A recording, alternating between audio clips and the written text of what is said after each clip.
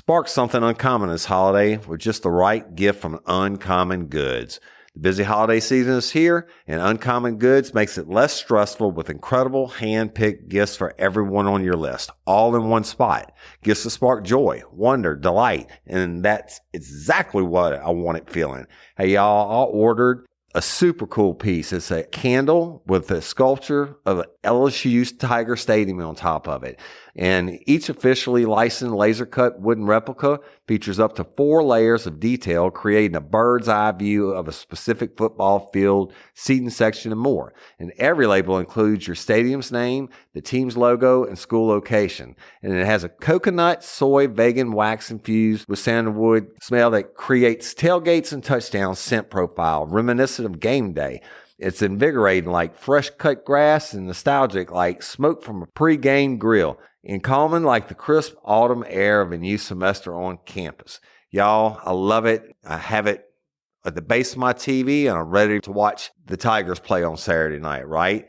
Uncommon Goods. Look, when you shop at Uncommon Goods, you're supporting artists and small independent businesses. And many of their handcrafted products are made in small batches. So shop now before they sell out this holiday season. Uncommon Goods looks for products that are high quality, unique, and often handmade or made in the U.S. They have the most meaningful, out of the ordinary gifts anywhere. They even have gifts you can personalize. From holiday hosts and hostess gift to the coolest finds for kids, to hits for everyone from the book lovers to diehard sports fans. Uncommon Goods has something for everyone, not the same old selections you can just find anywhere. And with every purchase you make at Uncommon Goods, they give $1 to a nonprofit partner of your choice.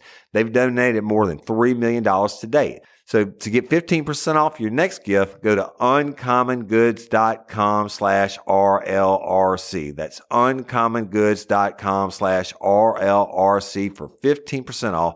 Don't miss out on this limited time offer. Uncommon Goods, we're all out of the ordinary. Hey everyone, and welcome to Real Life Real Crime Daily for Wednesday, February 22nd, 2023. And I'm Jim Chapman. I'm Woody Overton. And I'm Mike Agavino. And today we are going to continue with our Crimes of the Century series, going in a little bit different direction today, talking about the Lufthansa Heist of 1978. For those of you who don't know, Lufthansa is the national airline of Germany and has been around for a gazillion years. I believe it's owned by the German government. The biggest heist in U.S. history at the time it was committed at JFK Airport in New York in 1978.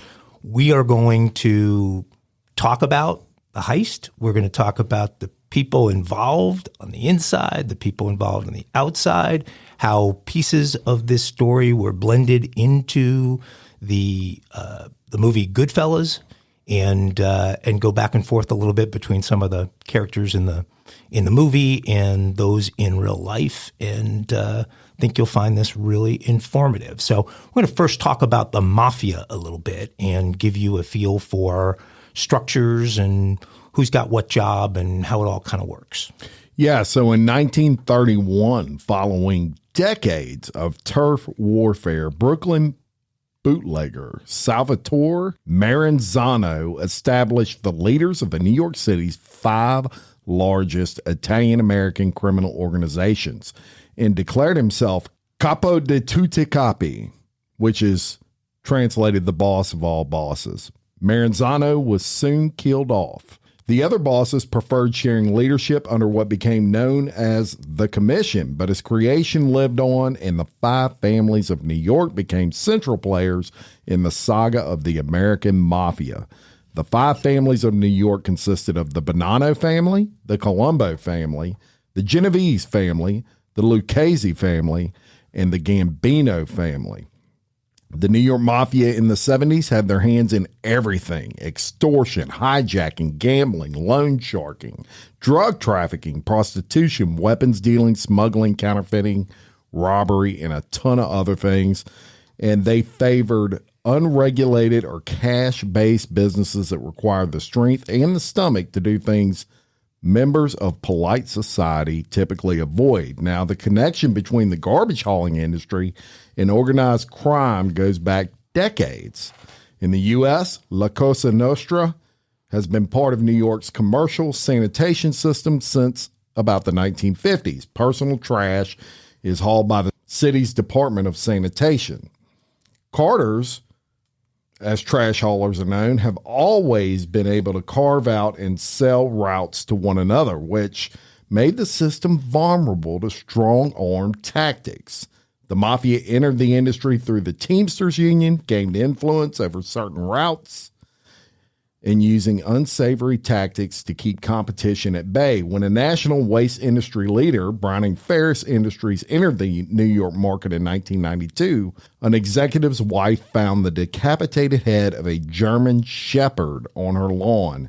In its mouth was a note, and it read, "Welcome to New York." Jim, I want to jump in with a quick story, and I hope my dearly departed Uncle Pete Filiberto will forgive me for this one. But when I was getting married for the first time, my parents wanted to hold a sort of an informal dinner with my fiance's family, which was from Tennessee, and some of our closest relatives at our house in New York. And so my first wife and her mother and her stepdad flew to New York, and my aunt and uncle, Pete and Tilly, joined us for dinner. And this conversation got going along. My first mother-in-law asked my Uncle Pete what he did for work, and he explained that he had a sanitation company, and that sanitation company really existed to service the garment industry in New York City. To which my former, what was the song with the future ex-mother-in-law? Who was it? You know that whole one? I'm not going to have to see my future ex-mother-in-law. Come on, that's a huge country hit. Whatever. But this my ex-mother-in-law said, "Well, now Pete, isn't it really competitive in that business?" And my Uncle Pete said, "Well, it can be, but we do quite well." And then she said, "Well, I don't understand. Can't somebody just come in and say they're going to pick up garbage for 20% less than you do it?" And Uncle Pete said, "Well, theoretically they could." And my ex-mother-in-law said, well, what do you mean? Why couldn't they? And my Uncle Pete just looked at me and looked at my father and was like, "This woman's not getting it." And so my father jumped in and just said, "Paula, nobody is going to compete with Pete." And the light bulb kind of finally went off. Right. And so yes, if you had a particular turf, you controlled that area, you were protected, you paid for that protection, and it was a pretty nice, and you know what, business, and pretty well organized. Their business stunk. Yes, the business did, but stink. It was picking up. But it was picking up. I knew you were going to say that. But it was garment industry, so it didn't stink that bad. There's worse industries you could be doing that for. Sorry, Uncle Pete. That's all right. So, it's important to understand the structure of the mafia and what made the mafia an organization that had such a longevity was the structure. So I'm going to tell you a little bit about each person in that family tree of the mafia. Now you have the boss, and some people know that as the Don. That is the head of the family, and all the big decisions run through the Don. This would be the Marlon Brando, or later the Al Pacino character in The Godfather, for those of you that have watched that classic. Now the consigliere is the trusted advisor to the Don. This would be like Robert Duvall if you watch The Godfather. The underboss is like the primary operations guy. All the capos, or what's known as captains, get their marching orders or approvals from the underboss. Think of Sammy the Bull Gravano. I'm sure everybody's heard of him. He was an underboss in the Gambino crime family. So until the RICO status was enforced by the FBI, dons, underbosses, and consigliaries were virtually impossible to tie to crimes of the family because of all those crimes were being committed by captains, soldiers, and associates.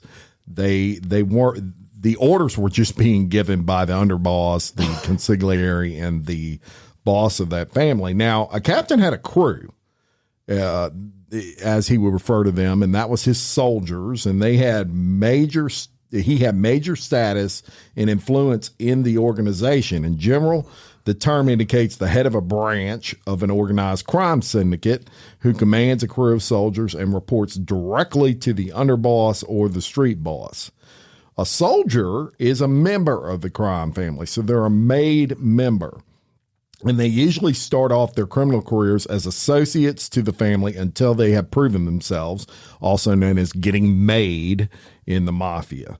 When there's a vacant position in the family, a captain may recommend an up-and-coming associate to be a new member. A newly made soldier usually becomes part of the crew of the captain who recommended them.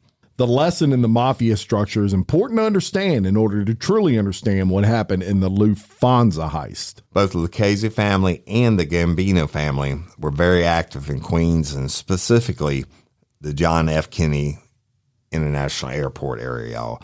This paved the way for the immensely powerful Carlo Gambino and later the infamous John Gotti, who orchestrated the 1985 hit on Gambino's hand-picked successor, Paul Castellano, before he was done by the testimony of one of basically his underboss, Sammy the Bull Gravano. Can I tell another story? Yep, sure. If the Uncle Pete story didn't disqualify me from telling stories. Yeah, no, you're good. So my first job in Manhattan in 1984 was selling radio advertising time, selling commercials. And I worked out of a building called Dag Hammarskjöld Plaza. Dag Hammarskjöld Plaza was at 2nd Avenue and covered 47th and 48th Streets.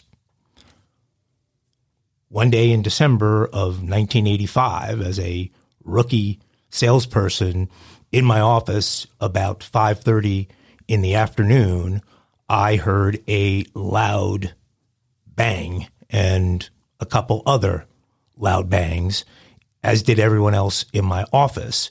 And we looked out the window and we saw people starting to rush on the 47th Street side of the building in that direction. So we jumped in the elevator, went downstairs, and there's a little pass-through alley between 2nd and 3rd Avenue on 47th that took you right to 46th Street.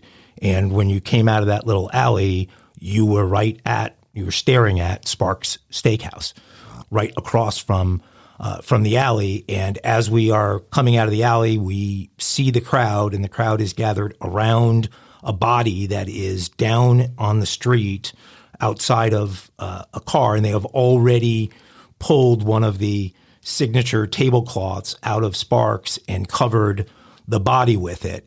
And then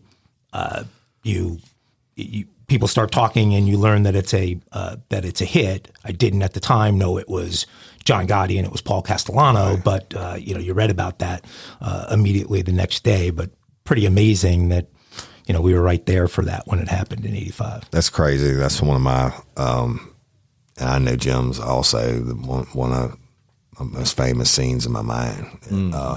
Before Gotti killed Castellano and Mike ran down from his building to check out the crime scene, John Gotti was a capo in the Gambino crime family, operating out of Howard Beach, Queens, in a very convenient location to the JFK airport. The business of hijacking cargo, going in and out of the various cargo terminals at JFK was robust, and Gotti's crew was cleaning up in the latter part of the 1970s. Likewise, just across the Belt Parkway from Howard Beach in the town of Ozone Park, the Lucchese family capo Paul Vario operated his headquarters. Business was so good for both the Lucchese and the Gambinos that they often worked capers together. That's jobs, y'all. Many of the workers from the cargo terminals drank in the bars of Howard Beach and Ozone Park and often traded tips or information for cash or gambling debts forgiveness. Gotti's crew and Barrios' crew each had control of a bar. In Ozone Park, that bar was Robert's Lounge, owned by Lucchese associate Jimmy Burke. Two of those cargo workers that liked to gamble and hit the bars were Peter Grunwald and Louis Werner. Grunwald was the Lufthansa cargo agent at JFK, and Louis was the Lufthansa cargo supervisor. Grunwald had a pathological gambling addict and completely lost interest in his mundane airport job. His job consisted of giving quotations, queries, rates, handling airline shipment bookings, arranging custom clearances, deliveries, and invoices, and directly dealt with airlines, shipping liners, and freight forwarders. When his friend and co-worker, Louis Werner, came up with the robbery plan for Lufthansa Heist, Peter was given the task of frequenting the airport bars like Bamboo Lounge, the bar at the Holiday Inn in Jamaica, Queens, the Motion Lounge in Greenpoint, Brooklyn, the Bergen Hut and Fish Club, which was John Gotti's place, and some other spots in Ozone Park, canvassing them, looking for a team that could pull off the robbery. Grunberg's efforts were failing, and Werner became angry at his incompetence and decided to take matters in his own hands. Werner shared the plan with his numbers runner, a guy by the name of Frank Minna, who then introduced the plan to Werner's regular bookmaker, Martin Krugman, who Werner was in considerable debt to. Krugman then approached a mid-level drug dealer by the name of Henry Hill. Hill, in turn, pulled in his mentor and Lucchese associate, Jimmy the Gent Burke. You got that? The plan goes from Werner to Minna to Krugman to Hill to Burke. So the basics of the plans, y'all, there were large amounts of untraceable U.S. currency in lower denominations would often come in Lufthansa cargo. The money would come largely from dollars exchanged by U.S. nationals while traveling abroad. Lufthansa would aggregate these dollars from various exchange kiosks and bank locations throughout Germany, and Commerzbank would send the currency to Chase Manhattan Bank in New York City. The money would be held in a vault inside the Lufthansa cargo, awaiting a pickup by Brink's truck to take it to Chase. The Brink's pickup would normally occur within 3 hours of the currency arriving at the Lufthansa cargo. Hill and Burke would put together a crew that could spring into action quickly and make the JFK run and steal the money before the Brink's truck arrived. Werner gave them all the information they needed to access the vault and grab the money once they were inside the warehouse. Hill and Burke assembled the crew. Jimmy got Paul Barrio to sign off on the job, and they waited for their opportunity. So Louis Werner wasn't confident in the crew nor the 3-hour window. And so when he was alerted that a shipment had arrived on Friday, December 9th, 1978, he found a way to stall the Brink's pickup. The pickup would happen on Monday morning instead of Friday, and the money would be sitting there all weekend. At 3 a.m. on Monday, December 11th, 1978, 6 guys wearing ski masks pulled up to the warehouse in a black Ford van. They easily sliced the gate padlock with bolt cutters, and they were inside the cargo terminal area. Then they bust directly into the Lufthansa airline cargo terminal. They gathered up 10 or so employees, put them in the break room at gunpoint, and forced the night shift manager to disable the alarm and open the vault. Werner had given them very detailed instructions on what to do once they were in there. They hauled 40 15-pound, y'all, cartons of cash and jewels into the van, and only 2 of the crew left in the van.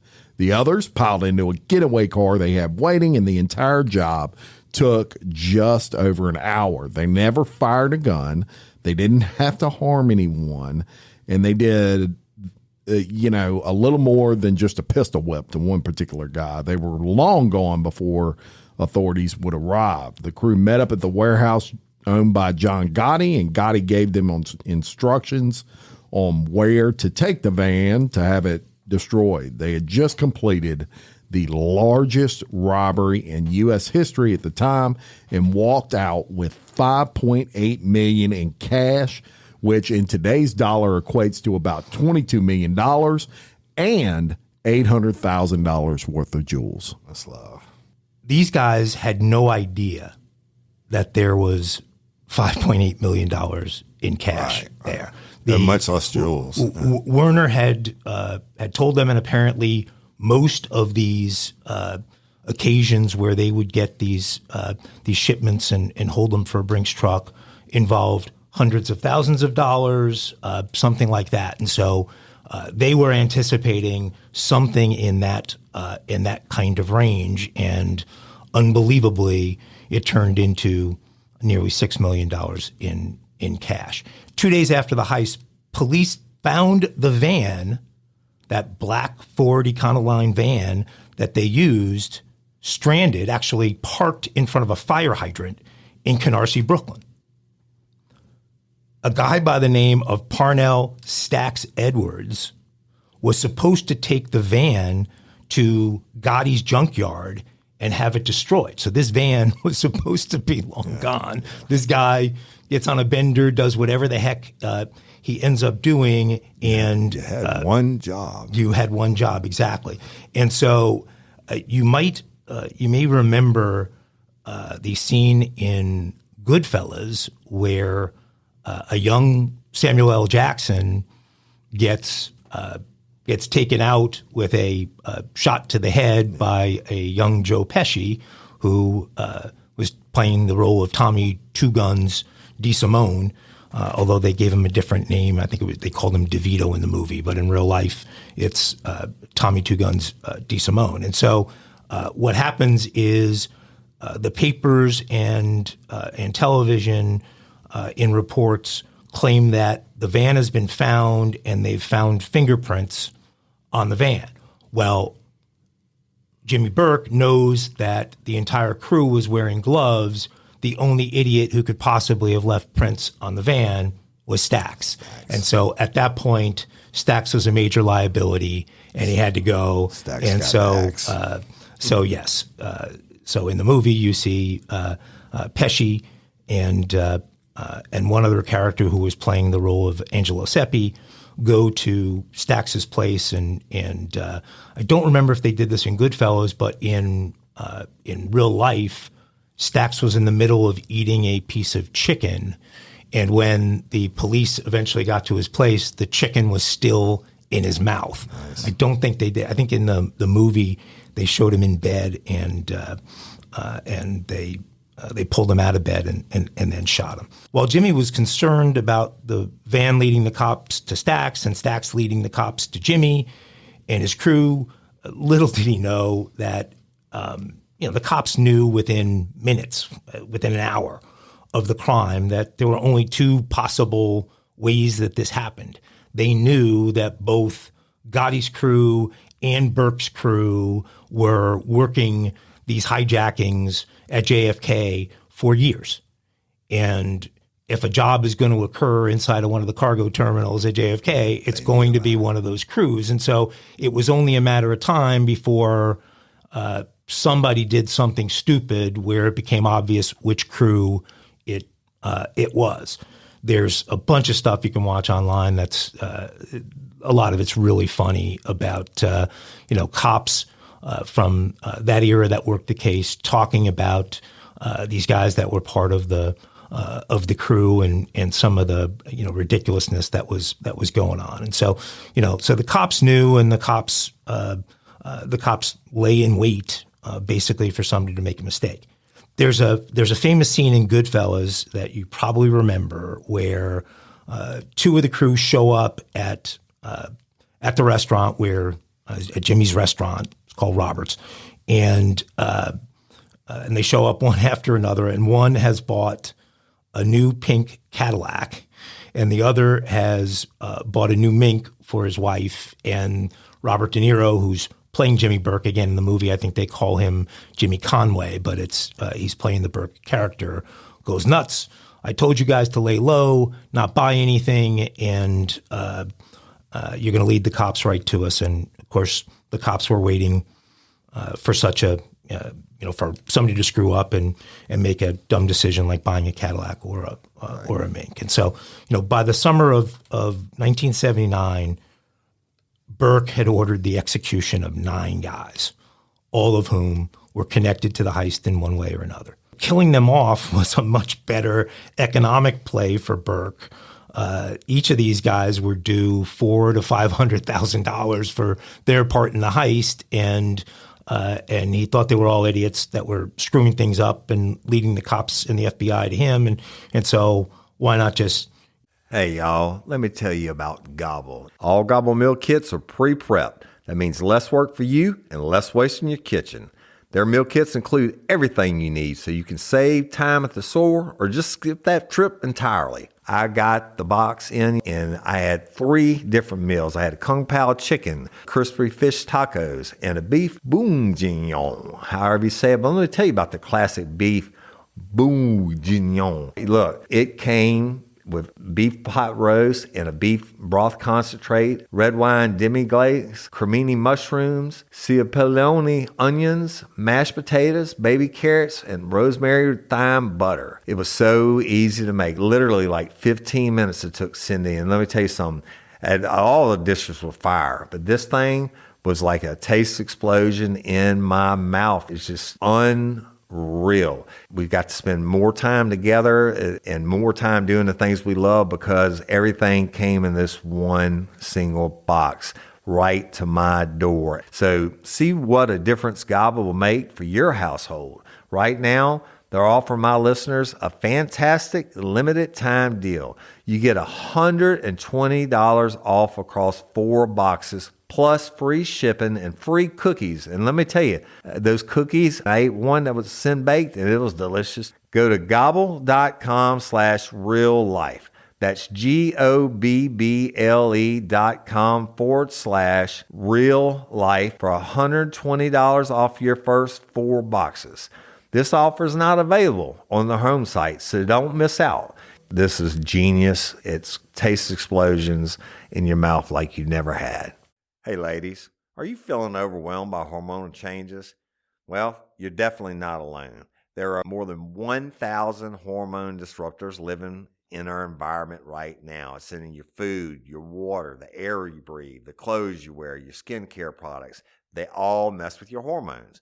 Then there's the natural hormone changes your body goes through, premenopause, menopause. And while it's a natural process, it doesn't mean you have to suffer through it. The good news is you don't have to suffer through it anymore because now you have Hormone Harmony, a formula made only with herbal ingredients that are shown to reduce hormonal symptoms in women of all ages. Hormone Harmony is not just a hormone support and supplement, it's become a phenomenon. Women can't stop talking about it on social media. A bottle of Hormone Harmony is sold every 24 seconds. And the biggest benefit? Well, my wife says it makes her feel like her own self again. And that's what women mention over and over in the reviews. And there are over 30,000 reviews for Hormone Harmony. And for a limited time, you can get 15% off your entire first order at happymammoth.com. Just use code RLRC at checkout. That's happymammoth.com and use code RLRC for 15% off today. That's happymammoth.com and use code RLRC. Get rid of them and save the family the $400,000 or $500,000 in expense. Marty Krugman was becoming a huge pain in Jimmy's ass, and again, if you've seen the movie Goodfellas, the guy who plays Krugman's role, I don't remember the actor, but he's in the movie, they make him out to be a guy selling hair pieces, like a hair club for men guy, and he jumps in a pool at one point and his hair falls off or whatever. This guy is in debt to a bunch of people for gambling stuff, and he's just, he's a flock of loose parts. The guy's a mess, and he is constantly needling Jimmy for money and wearing on Jimmy's patience. And so Jimmy ran out of patience, and he had Angelo Seppi kill him, dismember his body, and dump it, and Krugman's body was never found. At the end of February 1979, Louis Werner is arrested. If you remember, Louis Werner is one of the two guys that worked at Lufthansa Cargo who hatched this entire plan for the heist. Right. The guy that hatched the plan with him, Peter Grunwald, who was a lower level than Werner. Werner was the supervisor at Lufthansa Cargo, and Grunwald worked for him. But Grunwald was just a drunk and a gambler and a guy that the FBI identified as somebody they could go after and shake and was going to fade. And so, but Grunwald had not been involved with any of the stuff going on with the Lucchese family, with Burke and his crew. So he really didn't know a whole lot. The only thing he really knew was that Werner had arranged all of that stuff. And so the only person ever convicted of a crime related to the Lufthansa heist was Werner, who was given up by Grunwald and was sentenced to 15 years in prison. And so he went away. Burke never got a chance to take him out. Within a few weeks, Burke had his former prison roommate, and you might remember this scene from the movie. The guy who had purchased the pink Cadillac was Louis Roast Beef Kafora, and he was taken out along with his wife because of that purchase of the pink Cadillac, and so the crew members are disappearing rapidly. Robert Frenchie McMahon and Joe Buddha Monry, who both refused to cooperate with the FBI, but because of contact happening with the FBI, Jimmy was convinced that maybe something was going on there. Well, those two guys were found shot in the back of the head, execution style, in a parked car. A month later, the burned, naked, and bullet-ridden corpse of Paolo Lacastri was found in a Brooklyn trash heap. So, they are just fallen. 3 guys were murdered for supposedly skimming from the laundered cash. That included a guy by the name of Richard Eaton. Remember that name. He will become very important. Tom Monteleone and Teresa Ferrara were the others, and Ferrara's body washed up on the Jersey Shore somewhere a bit later. And so 2 others were also killed for breaking family code in July of 1984. Angelo Seppi was killed by the Lucchese family for stealing from the family, and Tommy Two Guns was shot in the head by Gotti for killing 2 Gambino family members without permission. Another famous scene out of Goodfellas is they all believe, so Jimmy believes that that Tommy is going to get made. And this is, by the way, Henry Hill was the Ray Liotta character in Goodfellas, right. And Goodfellas was delivered first person through him, so he essentially was narrating the film. Henry was involved in the very front end of this, just connecting Jimmy to everything, but he wasn't part of the crew. He wasn't in the middle of all of this stuff. He was really on the periphery, and so Jimmy and Henry believed that the Joe Pesci character, who is Tommy Two Guns DeSimone, was going to be made, and rather than being made when he showed up where he showed up, he was popped by Gotti. Now, they say in the movie that he was shot in the face so that his mother couldn't have an open casket at his funeral, but in fact, his body was never found. Yeah, well, dead people tell no tales. Can't testify. Indeed. So you may wonder how Henry Hill was connected to all this. Well, Hill brought Marty Krugman and the heist job to Jimmy, and for that he had been paid pretty nicely, but he had not been part of the crew, nor had he been involved with any of it. But still, Hill knew things. Hill was a drug dealer. He had gone away for it, but he never ratted. He was able to pick things back up when he got released, but after a while, the feds started putting real pressure on him. With the body bags piling up surrounding Lufthansa, Henry was arrested again on drug charges. He realized it was just a matter of time before his pal Jimmy had him whacked. So Henry Hill enters the witness protection program. Now, in exchange for being spared prison, Hill ratted out dozens and dozens of crimes by mob associates, including crimes committed by both Burke and Vario. Burke was convicted for Eaton's murder and also for point shaving during a scheme at Boston College. Vario was jailed for extorting freight companies. Both Burke and Vario died of lung cancer while still in prison. That's really probably one of the most interesting stories, but every great story has to have a good ending, right? This one really doesn't. But I'm asking about who got the money, honey, right? Yeah. But everybody's dead. And even Henry Hill had a heart attack in 2012 and died, y'all. The authorities never recovered any of the money or the jewels. So somebody got it, right? John Gotti got it. John Gotti got it. Somebody got it. Gotti got a little bit of it, but it's the Lucchese's got it. Yeah, well, you know what? Somebody got paid. It wasn't these assholes that got killed. Other than some, yeah. I don't think he got the pink Cadillac or the mink on credit, so maybe they gave him a little cut up front or something. Yeah. No, they were laundering money throughout, and he was sprinkling it around with the proviso that you were not to go out and spend. Jimmy, but that was not. He didn't give them $400,000 and $500,000, right? Because they would have had to fence the jewels and wash the money and stuff like that. Right, but the cops were already on them. Yeah. I think a huge part of this thing, and Jim, I think you know something about this, is the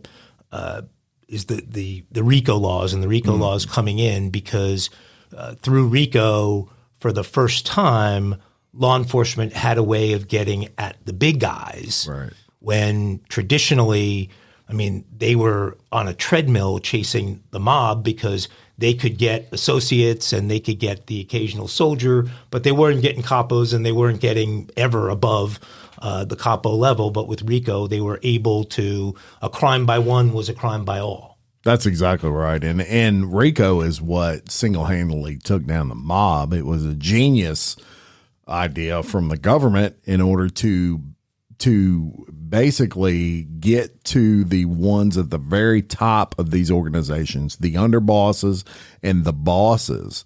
And before that, as we said at the beginning of this story, everything was carried out by the soldiers and the captains in some cases. None of it was getting anywhere near the top.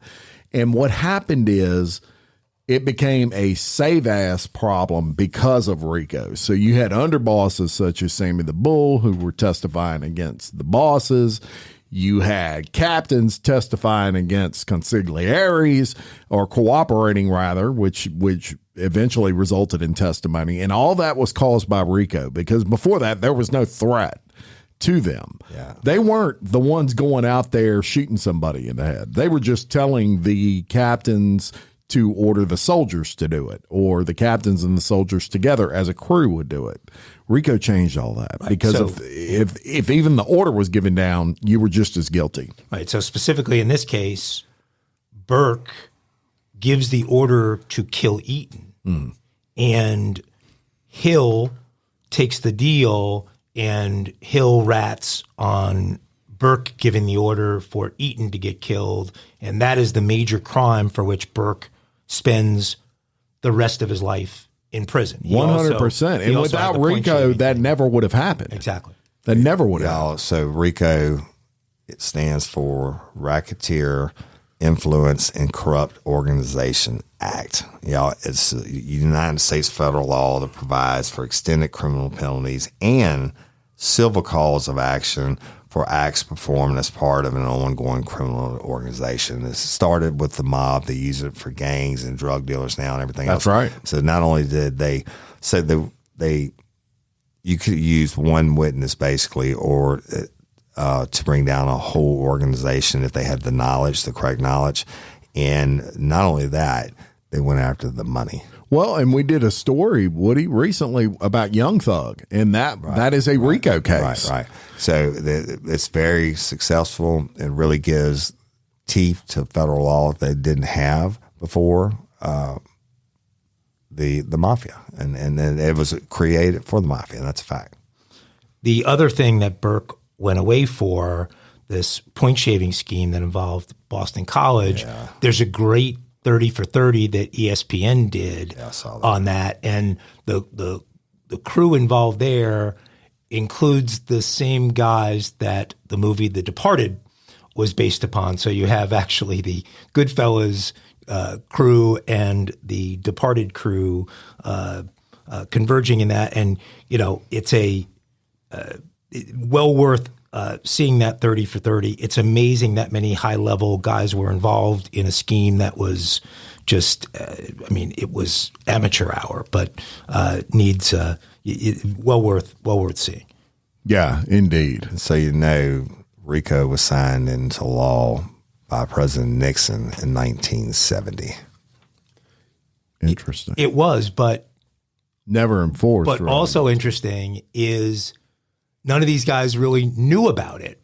Right. And there's a professor at Cornell who had worked for the government, who was the architect of RICO, right. who summoned, and somehow this was mandated, summoned a bunch of law enforcement, FBI and other departments up to Ithaca, New York, to Cornell to go through a seminar in RICO, and this was like an epiphany for all of these folks. They just never knew that there was a way, and it changed right. their entire approach to the mob. So ignorance of the law is no excuse, but they damn well know what it is now. Oh yeah. Okay, little mini game here. You guys know these. No points involved here, but. Right.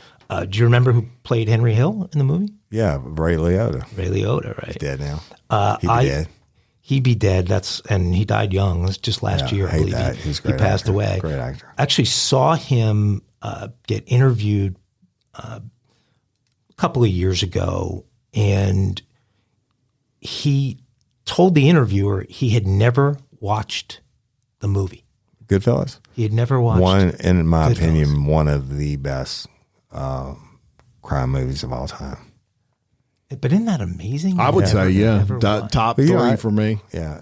Casino was really good. Casino was really good. Of course, I had the book of quotes on my desk at State Police till I retired. Godfather, yeah, really good. I wouldn't put one. I put Casino one. Really? Okay, I love Casino. Man, that was Sharon Stone. That's very good. Killed it in that movie. So many great ones though, but I like Goodfellas. Well, if you're a Godfather fan, there's a series that I saw. I've seen the whole thing. That I believe it was Paramount Plus did with Miles Teller, and the story of the making of and it's freaking great. It's awesome. It really is. It's awesome. So if you want something to binge, I binged it's a great binge. It's called The Offer. Yeah, and it's Miles Teller, the making of the movie, and all based off of real shit. Well, and including your Sparks murder, steakhouse, the steakhouse. Yeah, it's Joe Colombo, so it's the Colombo family in The Godfather that becomes instrumental in allowing him to make the movie because and he's gunned down as the Italian. Whatever it is, the organization for Italian Americans. Watch The Offer; it's fabulous. And if you've never seen Goodfellas, don't worry about it because you just heard the whole motherfucking movie today. No, but it's characters' names. And, it's a classic. And, you have to watch. Mike's pink Cadillac. Getting to see, Well, Mike it's funny. Getting to see the dead body that covered with the. I mean, come on. The cast of every mob movie is the cast of every other mob movie. Right. They're the same people the best in the offer. They were trying to get the guy, the big dumb guy that went to the wedding, couldn't. Luca Brasi? Luca Brasi. And you know who it was? That's Incredible Hulk, dude. Lou Ferrigno played him. And they got a real, that dude that did it was a real mobster that played the Luca Brasi swims with the fishes. Speaking of people in this movie, okay, so we talked about Samuel L. Jackson. That's pretty funny that he plays Stax. Anybody remember who played Ray Liotta, Henry Hill's wife? Oh yeah. I can see her face. It's not Deborah Winger. She looks like Deborah Winger. A little bit. I can't remember her name because I'm bad with names. I have an OCD block on names. She also provided a lot of valuable counseling to one Tony Soprano years ago. Oh, that's right. She did play the therapist. That's right. That didn't give it to you? Yeah, no, I can't do names. You don't understand. My OCD is not washing my hands 4 times a day. It's I literally on purpose can't. Lorraine Bracco is a great actress. Yeah, I agree. Is I great love in, the scene great where in Sopranos. where She's great in this. The movie. guy's trying to fill her up in the car, and Ray goes over there and pistol whips him, and then gives her the pistol. Yeah, remember that? When she's frantically trying to hide all the cocaine. Right. around Yeah, that yeah, one. yeah. That's, I mean, He's running around going helicopters. You guys remember the scene where Pesci, you think I'm funny? Like You think I'm I'm funny? Like, haha, funny? What am I, a Or comedian to you? Comedian? Ha-ha, What are you funny? laughing at? Come on, man. Come on. He thought he was going to kill Just him. joking around. He shoots a guy whose name in the movie is Spider. Anybody remember who that? Spider was like a runner or something. Wasn't he? Yeah. He made the drinks and shit and came up through that. Yeah, but I don't remember his name. I don't remember. It was Michael Imperioli. I don't do names. I remember the faces. I'll never forget. Imperioli, Sopranos. I never watched The Oh Sopranos. my God! Help me, Sopranos audience, help me. is- It was these guys. Never You got to watch watched that. it. You got to watch Sopranos.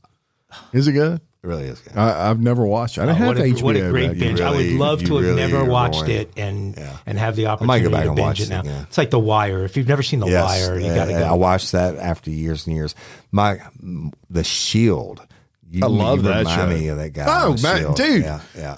Dude, Michael Chiklis. Yeah. I don't know his name. But Michael Chiklis. I have a show great is good story.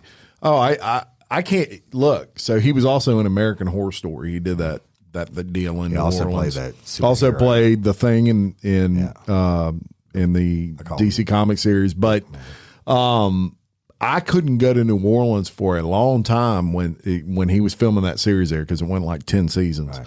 Without people stopping me wanting to take pictures. Yeah, And I ain't going to say that a few times I didn't pretend like I was him. And I'm like, yeah, sure. That's right. What's up, Michael? Absolutely. Oh, I've heard that for 15 years probably. But The Shield is I've always thought great, that. Right. a great series that not a whole lot of people are familiar with for whatever reason. I used to have it on DVD. Oh, so good. So that scene where Spider is shot by Pesci was a total ad lib, spur of the moment by Pesci. Pesci goes to Scorsese and says, "I have an idea. I want to do it." And he just says, "Okay, go run with it, Joe."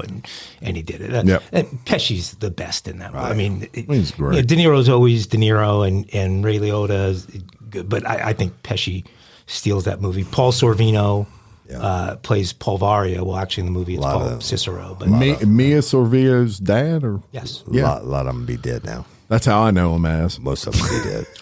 Joe just turned 80, I think, the other day. I Joe saw be dead something. soon. No.